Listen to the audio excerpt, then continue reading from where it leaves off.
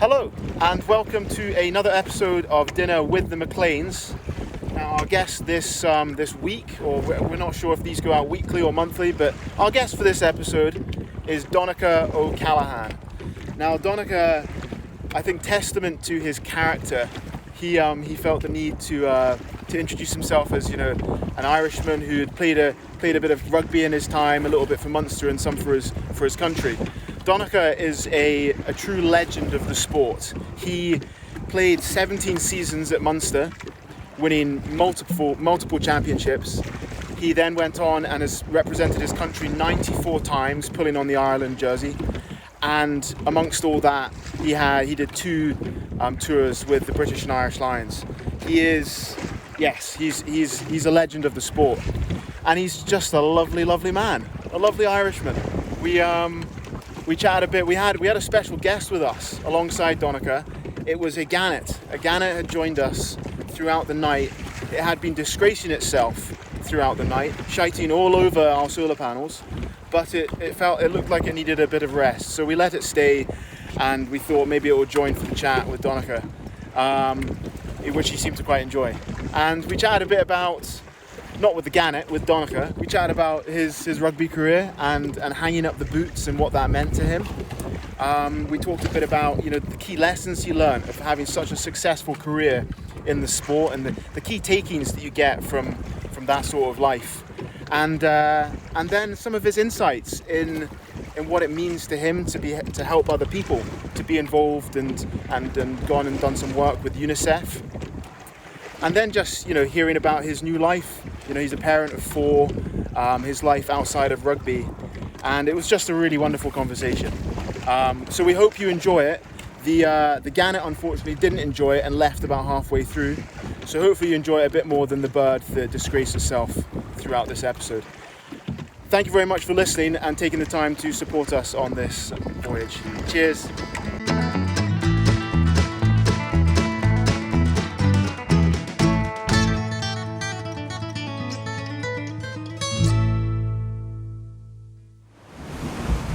Hey, Donncha! Hey, man!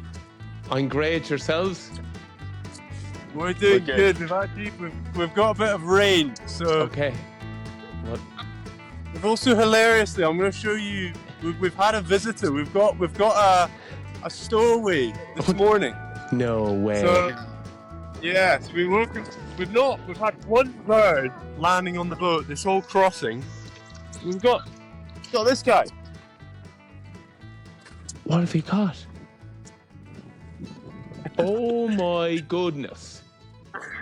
He's just chilling. Oh, it's quite funny. Look at the size of him. I know.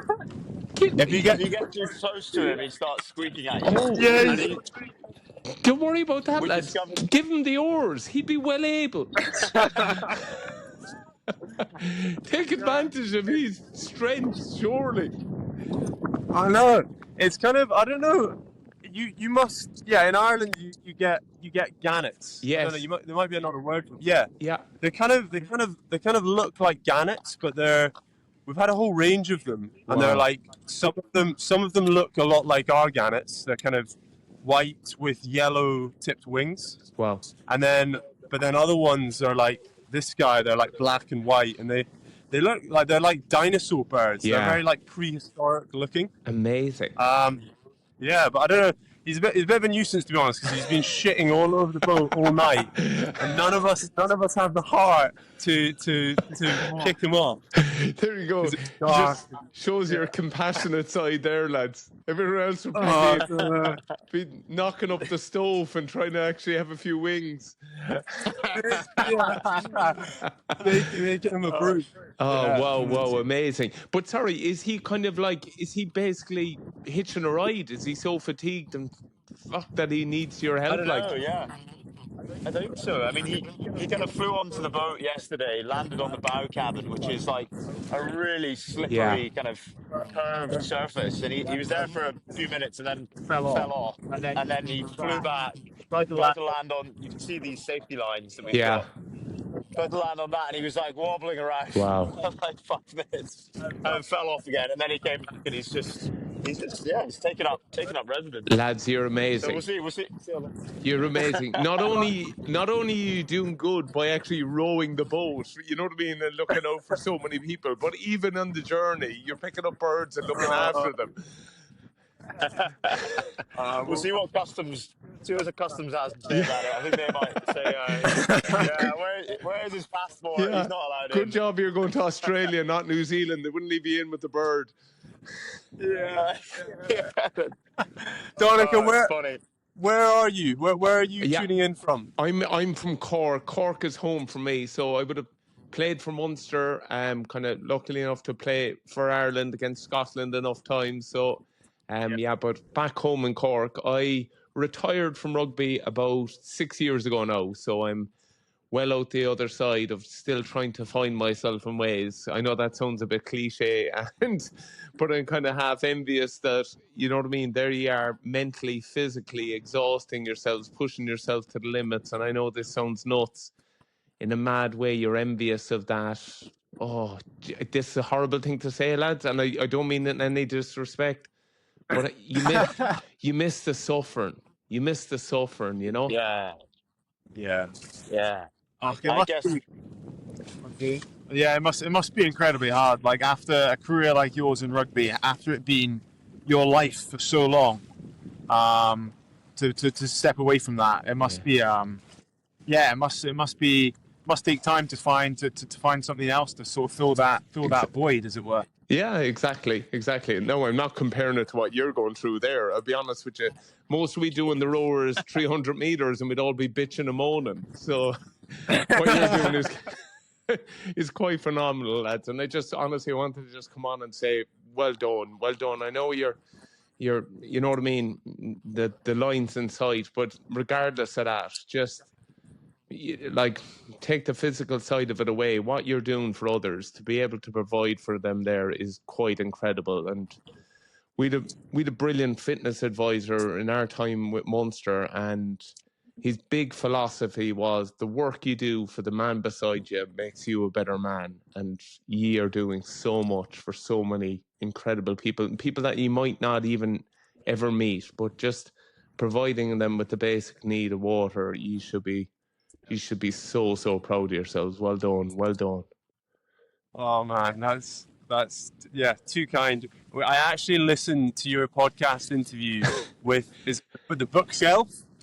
Oh yes, is it with Ryan Tuberty? Yes, such a lovely conversation, and you quoted that same line, and both Jamie and I, we listened to it separately. We both wrote down that quote of just like that's such a golden bit of just condensing, because I think for us, and I'm sure it's it's obviously on a rugby pitch you're playing for the players beside you, but I think like out here, I think in terms of our like team, I suppose like our team ethos, it's always about like, I don't know, just what can I do now that's going to make Jamie or Ewan, even if it's just like a cup of coffee, or it's giving them a square of my chocolate bar, or whatever it is, as trivial as it is, it's going to make them feel a little bit better.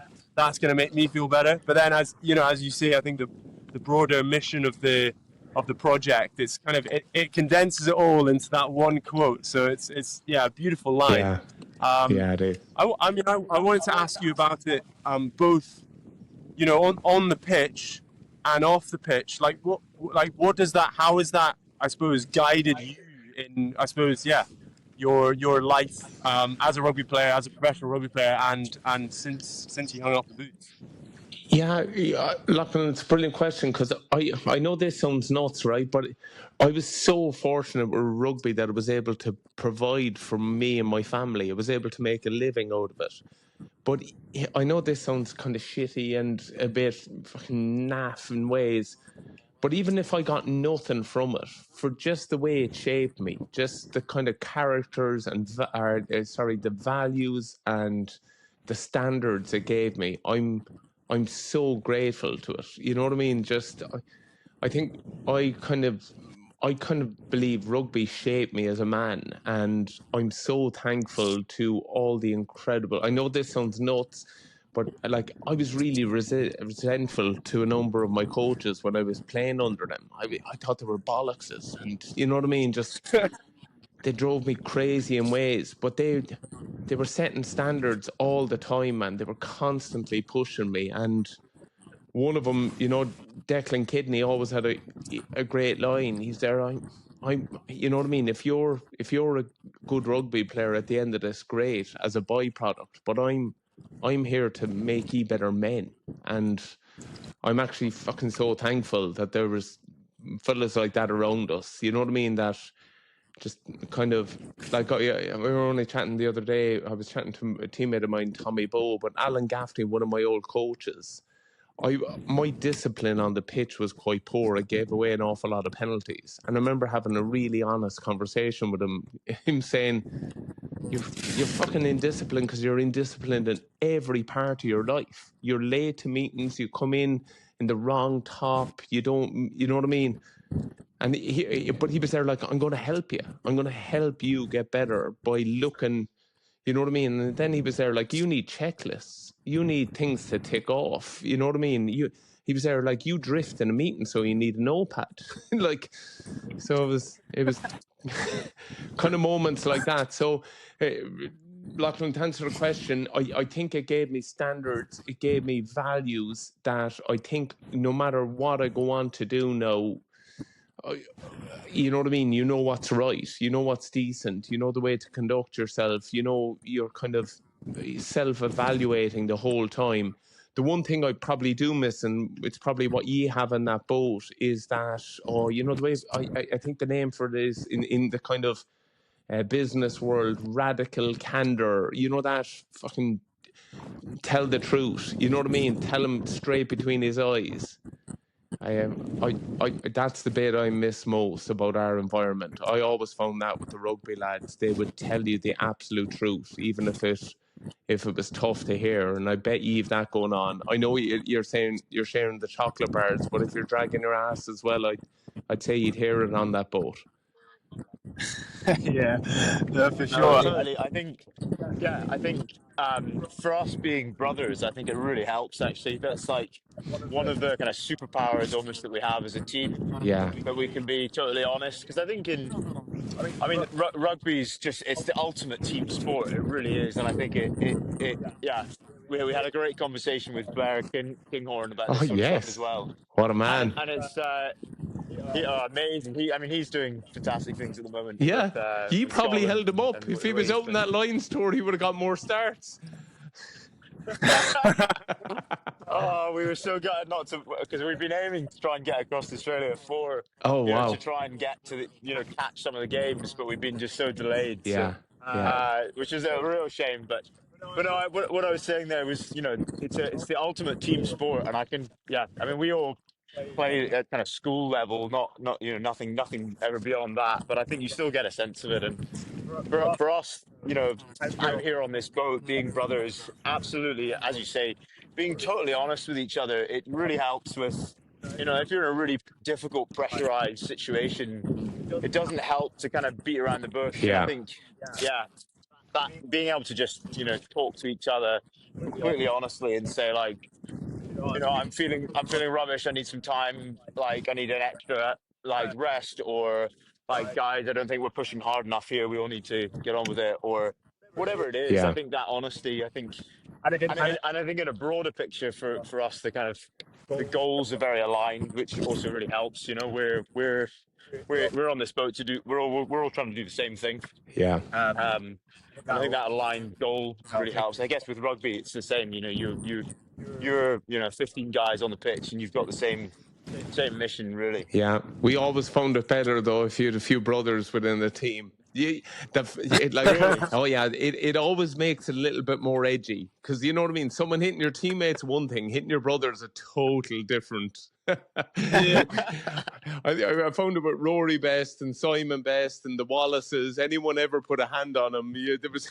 It's like in Ireland, like GAA, you always end up playing with your cousins, or even there's an uncle that has to tug out. You know what I mean? That family bond is quite special. But what you're doing there, lads, honestly, you know what I mean? You'll have this forever. I know this.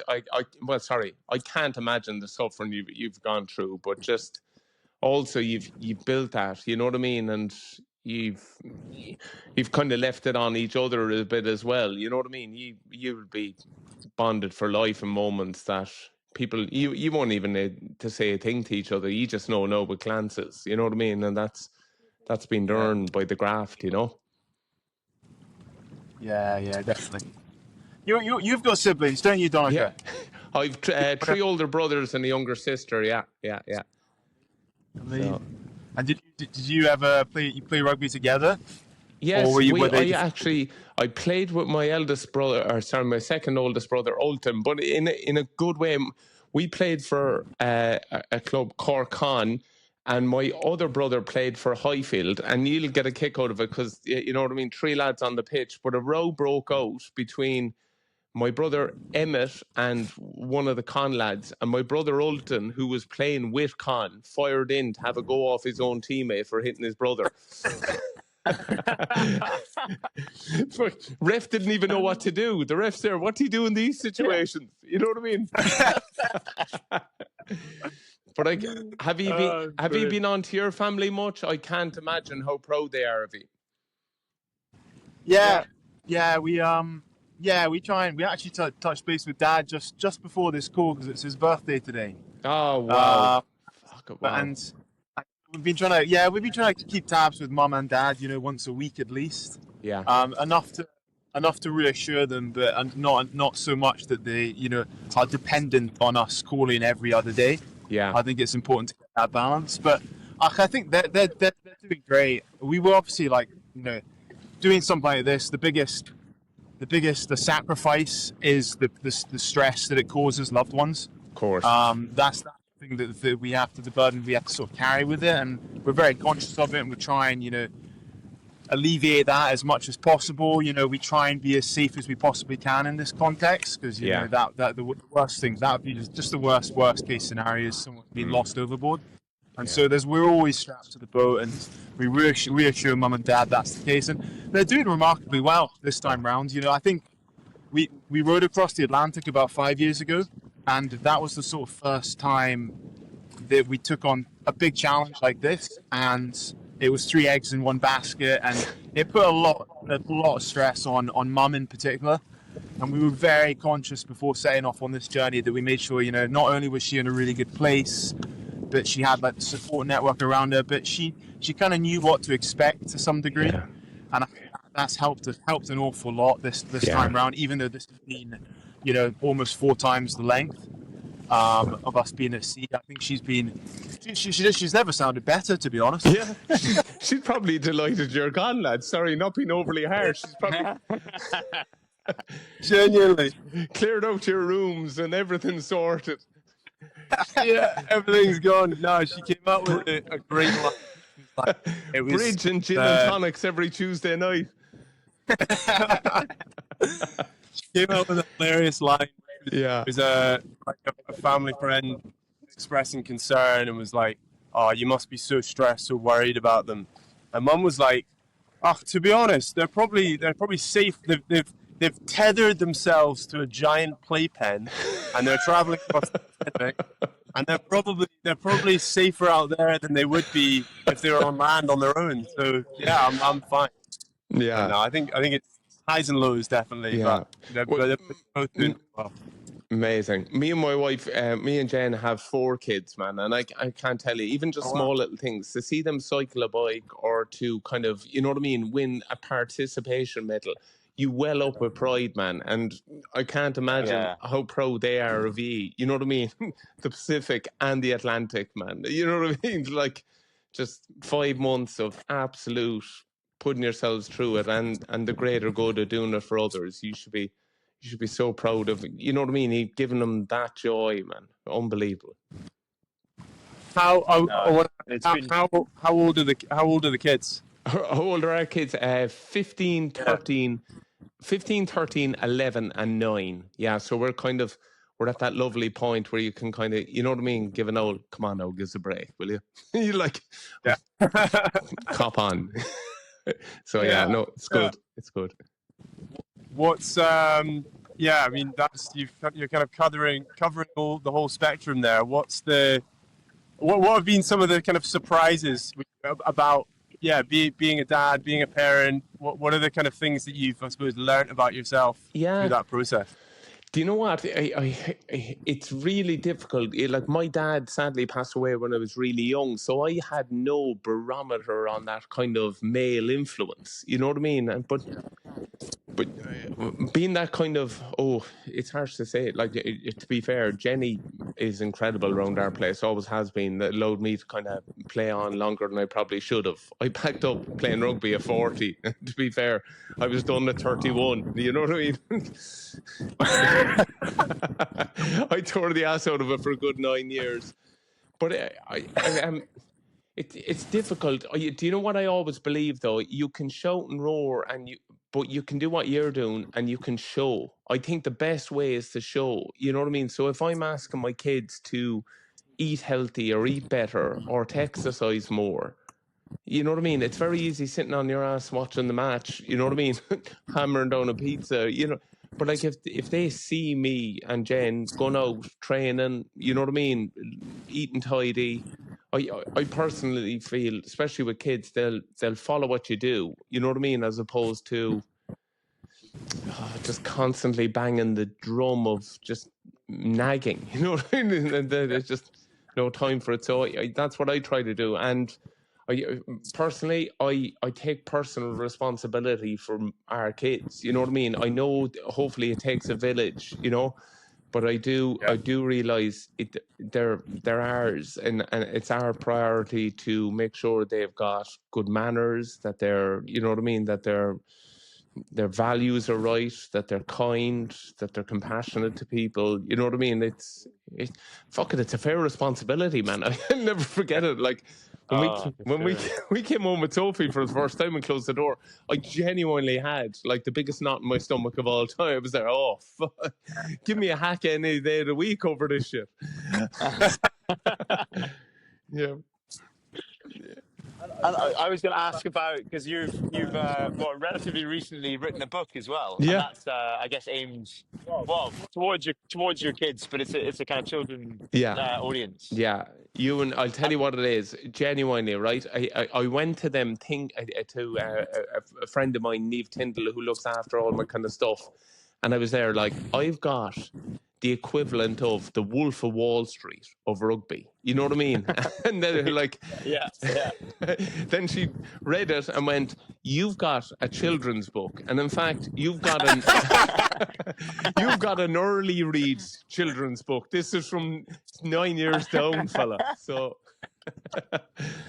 Yeah. So, do you know what it is? You nailed it there. You just want to be kind of relevant in their space, and they're at that kind of point now. So there was an opportunity to do something like that. And all I did with that book, Disaster Dad, was tell the stupid and silly stories of disastrous moments that have happened to me. Like, you know what I mean? Yeah. DIY moments, or, you know what I mean? You know what I mean? Forgetting to bringing the kids to creche in tights. You know, I've done that about 6 times. I used to bring them to places with no shoes because I was so used to carrying them. Then I'd leave them with people and they were like, "Where are their shoes?" I was like, "I haven't a clue." Nightmare stuff. I know that you're a fan of the Twits. Yes. And we actually listened to Ewan's girlfriend very kindly recorded the Twits for us to listen to out here. Amazing.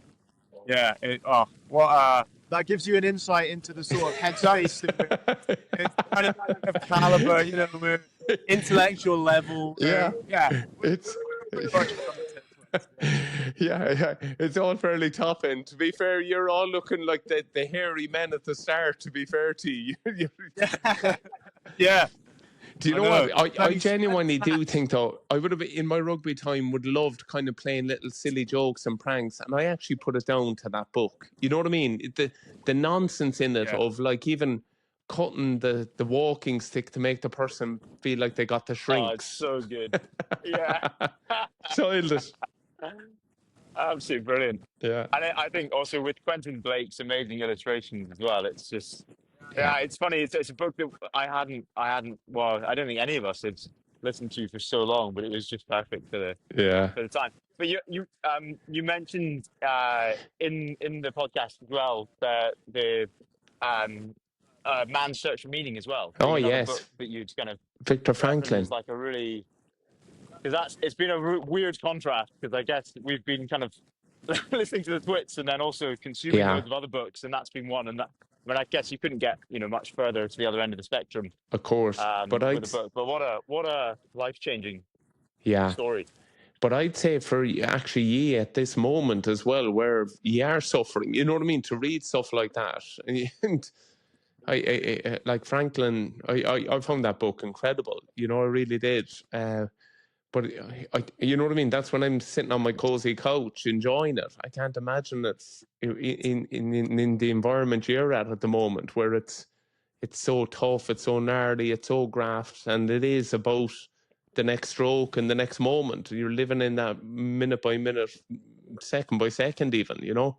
So, geez, fair play. Yeah, I think in a lot of ways though, it kind of really gives you perspective. Oh, sorry, it's raining quite heavily, so my phone keeps on getting like things touched on Yeah, that's why I on the keep screen. stroking the camera, because it keeps going blind. I thought he was playing Candy Crush. What Swiping keeps away. you going? A game of Candy Crush on the way. Yeah. Exactly. You found the secret. Yeah. But no, it's funny like listening to that sort of thing. It really gives you kind of just perspective. Oh, No, you're and good. did that come through? Yeah, you Yeah. did. Yeah, cool. And I think like we listened to that, and the other one was the kind of story of endurance of Shackleton Oh, wow. and his men going across Antarctica, and it's amazing listening to that sort of thing and being out here, and it just gives you're like, this isn't so bad actually. This is, I can get through this next shift, no worries. Like Yeah. we're actually really lucky. We've got amazing, we're in an amazing environment, and I think more than that, we've got like so much support, for what we're doing. It's been amazing. Having conversations like this is just like so cool, and it's really motivating for us. Yeah. It really is. So it's we've got it easy, I think, compared to Good. some for sure. Yeah, good on you. Because honestly, not everyone has that mindset, lads. Genuinely, you know what I mean. And you know it as well. When negative thoughts kind of get in, they can sap everyone else there. So your ability to pump each other's wheels and even self-police yourself. We used to have a saying in rugby, like, I know this sounds awful thing to say to kind of teammate, but sometimes you have to tell them, manage your own stress. You know what I mean? I know maybe the game isn't going the way you'd like, but that's just on you at the moment. You know what I mean? The rest of us are motoring along, and you know what I mean? If you leave those negative thoughts in, and you leave that kind of bitching and moaning mentality in, it can be so erosive, can't it? Yeah, I mean, I'm follow on question from that. I mean, when you found yourself in those moments of, you were, I don't know, just getting into a bit of a rut in a game, were there any things? How would you turn that around? Were there any things that you personally would, it would kind of snap you out of it? What was it? Just someone else telling you, like, you need to deal with this. We're plowing on with this match. Oh no. I got you there again, lad. I heard you in those moments. When was there ever any? I don't know what's happening. Whether our signal's gone. Yeah, just can you hear me all right now? Yeah, I can hear you hear you. perfect. You were making the point when you're in those moments. Was there ever any kind of? Yeah, just things that, for you personally would kind of get you out of those ruts. Yeah. When you're in a game and you're just like, you've just got into the wrong headspace, you've got a bit negative. Like, what would turn it around for you personally? Do you know what? I honestly, I really struggled on it for ages, because, like I said to you, sometimes maybe it's the position of being the second row, but you have to be kind of confrontational. But I would end up getting in kind of nearly my own way, a little bit indisciplined, but also what I found with myself, I would compound something. So say I gave away a penalty, in trying to right the wrong, I would probably most likely give away another one, you know, and it just became a vicious route. And I remember just honestly, I had a brilliant chat with a buddy of ours, but no, like Jerry Hussey is a sports psychologist, and he came in to spend a little bit of time with us, and he was perfectly balanced because he was an ex-boxer as well, so he could speak to us as kind of eye level, you know what I mean? It wasn't just, you know, a sports psychologist, but he came up with a really smart way of, okay, you've made the error, right? So I used to do this. I used to dust down the error. I'd wipe it off my hands. I'd take it away. I'd clean it. So I'd dust down my error, and I'd put my hand up. So I'd accept it. You know what I mean? Dust it down, accept the error, put my hand up. And then in doing that, it was nearly, I could watch it on the match that I would do stuff like that. And then I could go through it with coaches during the week. So, you know what I mean? It might be a poor defensive read, but it was nearly kind of saying, I'm going to park that right now and fix it on Tuesday, you know, that kind of way. So it became a really useful tool for me. No, that's not to say I didn't go on way off and give away another 8 penalties after it. One of my teammates, Frank Murphy, used to slag me because he saw me doing it, and he was there. There's an awful lot of hands up today, Donncha, you know what I mean? So, but I did find things like that good. You know what I mean? Just acknowledging it for one, basically realizing, fuck it, it's gone now. You know what I mean? There is absolutely nothing I can do to fix it right now, but I will. But just right now, I need to get on with my next job done perfectly, and not in a red mist or in a haze or in blinded by, you know what I mean, anything else bar just proper functional thinking. I love that. I love that. And do you do that? Do you do that now? Do you do that in normal life? Every now and again. Yeah, but it's kind of odd if you're in the middle of a presentation, or if you're doing something on TV, or a book reading with a load of kids. If you're throwing up your hand for getting a few words wrong.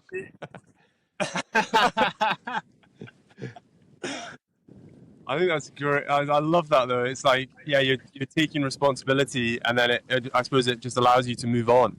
I think that's such a great tip. Yeah, it was a good one. Yeah. Really love. Donncha, I wanted to ask you about. Sorry, my phone dropped off for a second. Don't worry. I missed a few bits, but I wanted to ask you about. You know, the rain's been. It's really heavy. It's ridiculous. Yeah. And they seem to just cut out. I love that you're apologising. You're in the middle of the fucking Atlantic.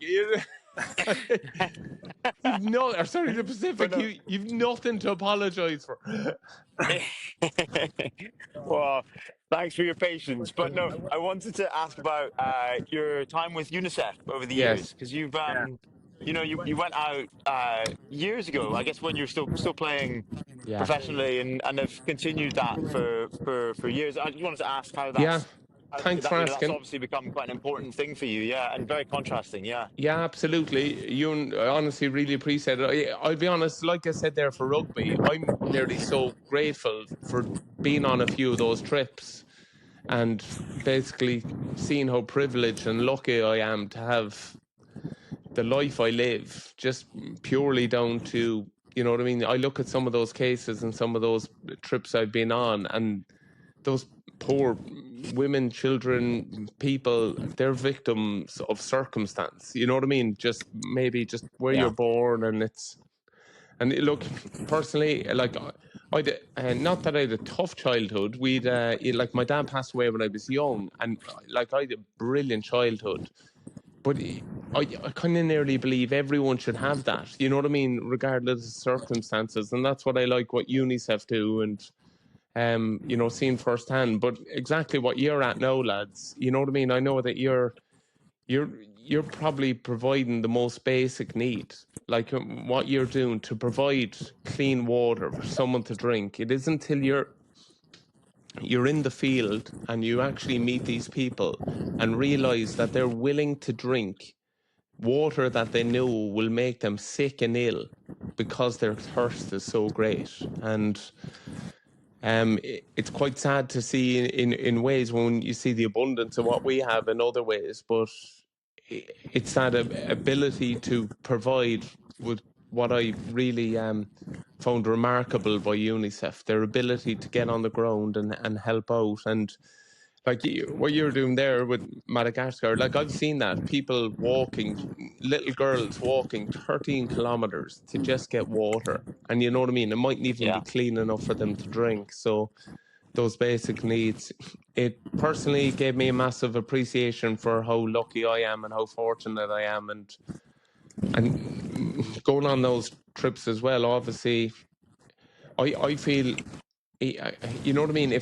How can I ask you to do something if I haven't seen it? Or, you know what I mean? If I, like, so I'm lucky with rugby as well, because you know it as well, lads, and it can easily happen in your game. It's easy to throw on a t-shirt and for it to mean nothing, but it is until you kind of get out there. No, look, you brought it to the next level altogether. But it isn't until you kind of get out in the ground and meet the people and actually look in their eyes that you realise, fucking hell, you know what I mean?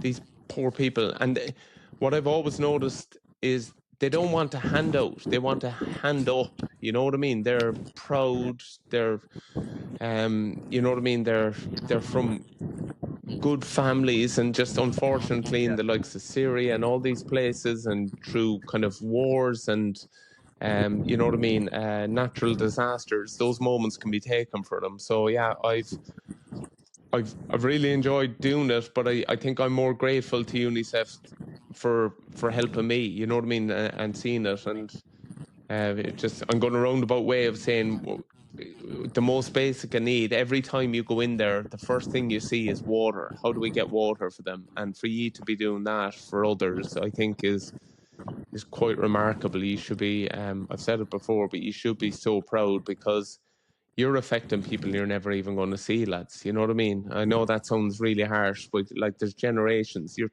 changing people's lives with your unbelievable good deeds. No, that's really kind to say, but I think you're totally right. It's seeing it in person. It really makes all the difference. I think for us, we raised funds actually for clean water projects as part of the Atlantic, and at that time, Lachlan had been out to Madagascar, and he'd seen some of the work, but I think not really. I guess not really kind of considering it that thoughtfully. Yeah. Like that wasn't the purpose of the trip for him, and then we raised money for clean water, but it was very much like an intangible thing. It's really hard, I think, in developed countries to have an appreciation for like how much water, not having access to it, how it affects life.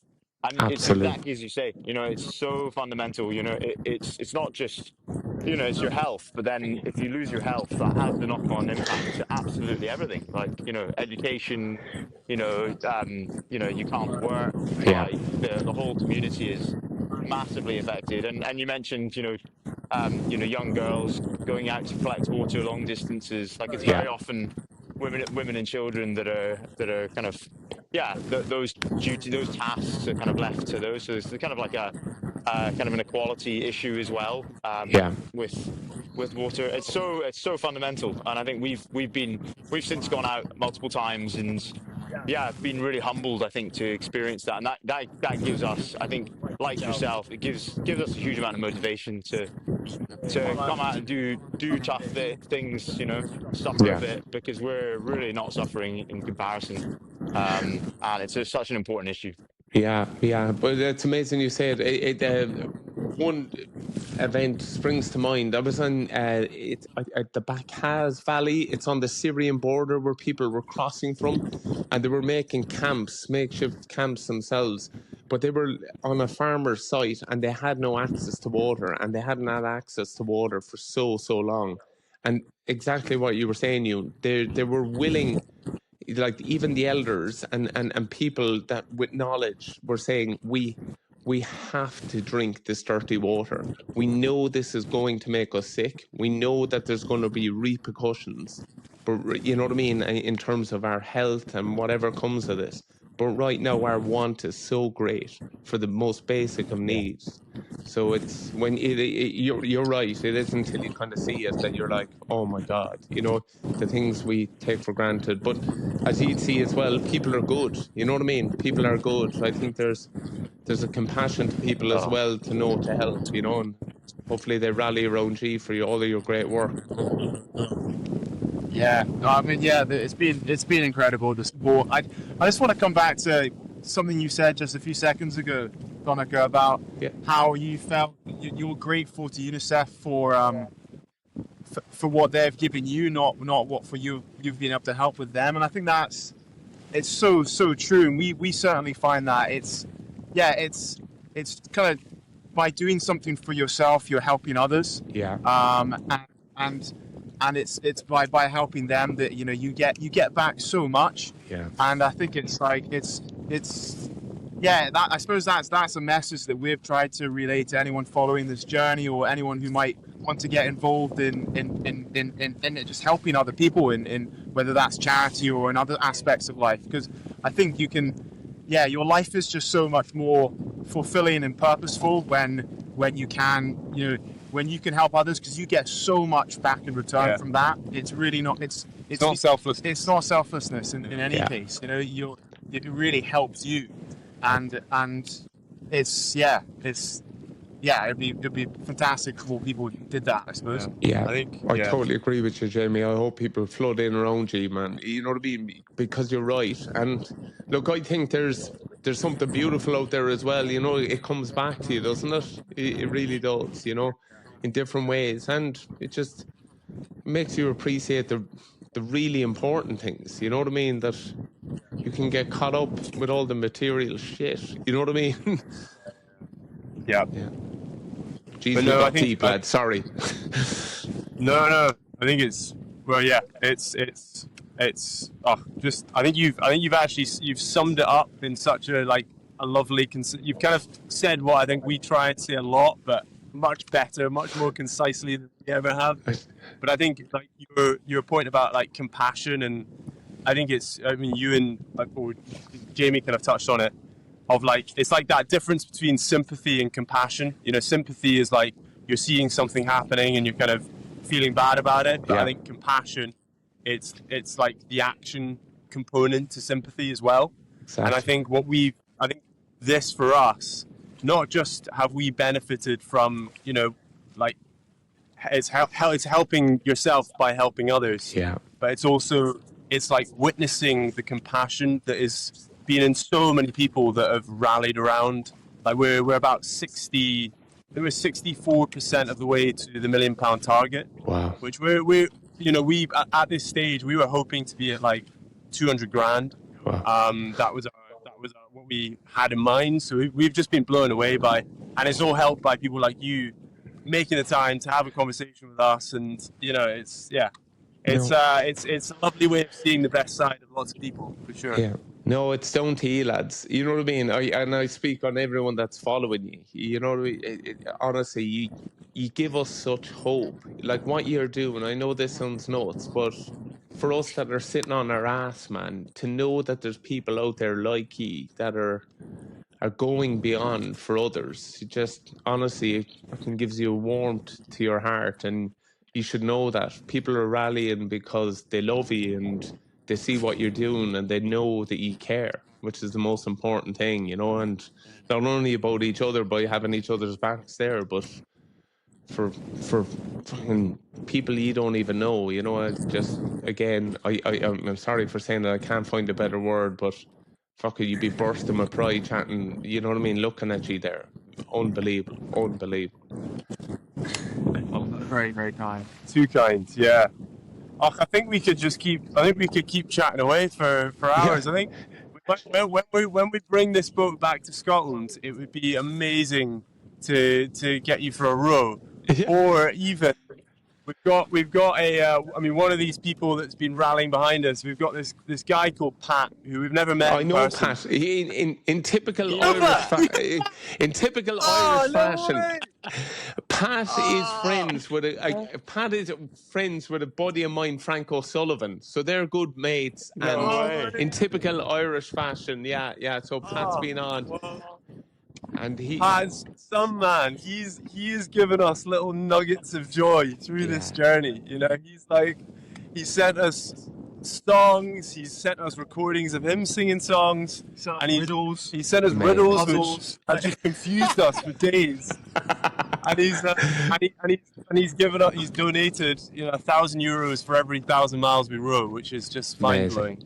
Good on him. Good on but him. Yeah. Well, let's hope we can get many more. Yeah, we're coming to see Pat, so maybe we should try and link that in with. We'll swing by and say hello. Absolutely. We might kind of get him either Ireland-Scotland match, or you know what I mean, or Munster, Glasgow or Edinburgh. Oh, that'd be brilliant. Yeah. I'd love That'd to catch be up though, amazing. lads. I really would. It'd be amazing. Yeah. I don't want to alarm everyone, but we've lost our passenger. Oh, no way! Yeah, he's gone. Oh, That's it.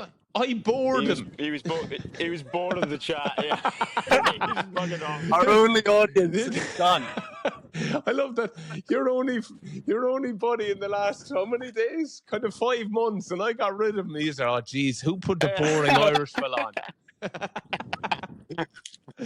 Someone get Wahlberg back on. He was, so like, I mean, I came out for my second shift and Jamie was really grumpy because he was like, that bird's been shitting everywhere. And I was like, oh yeah, it really has. Like it's on that side of the boat and that side of the boat. And I was like, did he move over? And he was like, no, he's just projectile shit. So he's just been, I mean, spraying the boat. So it's probably quite a good thing he's gone. Yeah. Brilliant. I'm gutted to hear he's gone. Lads, stay on it though. I know the line's in sight. I know you're nearly there, but I'd nearly say to you at this point, double down now. You know what I mean? Back up all the fucking amazing work you've done.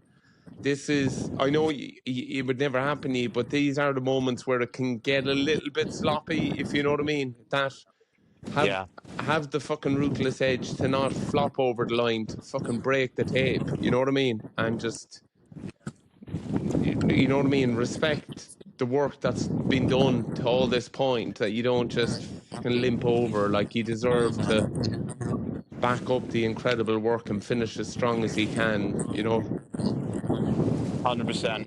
Finish strong. Finish strong and not get complacent. I think there's so many stories of ocean rowers that I think the sea state does often very much change when you get close to land, and I think that can catch people off guard. But no, we're aware of it, and thanks so much for that. Not at all. We'll get there, and it'd be so cool to link up when we get back, man. It's been a really nice chat. Likewise, keep going, lads. Honestly, fucking much love. You unbelievable. You should be so proud, and fucking can't wait to catch up. Awesome. Amazing, absolute legend. Go much on, you love, beauties. See you later. Bye, Slán. Bye.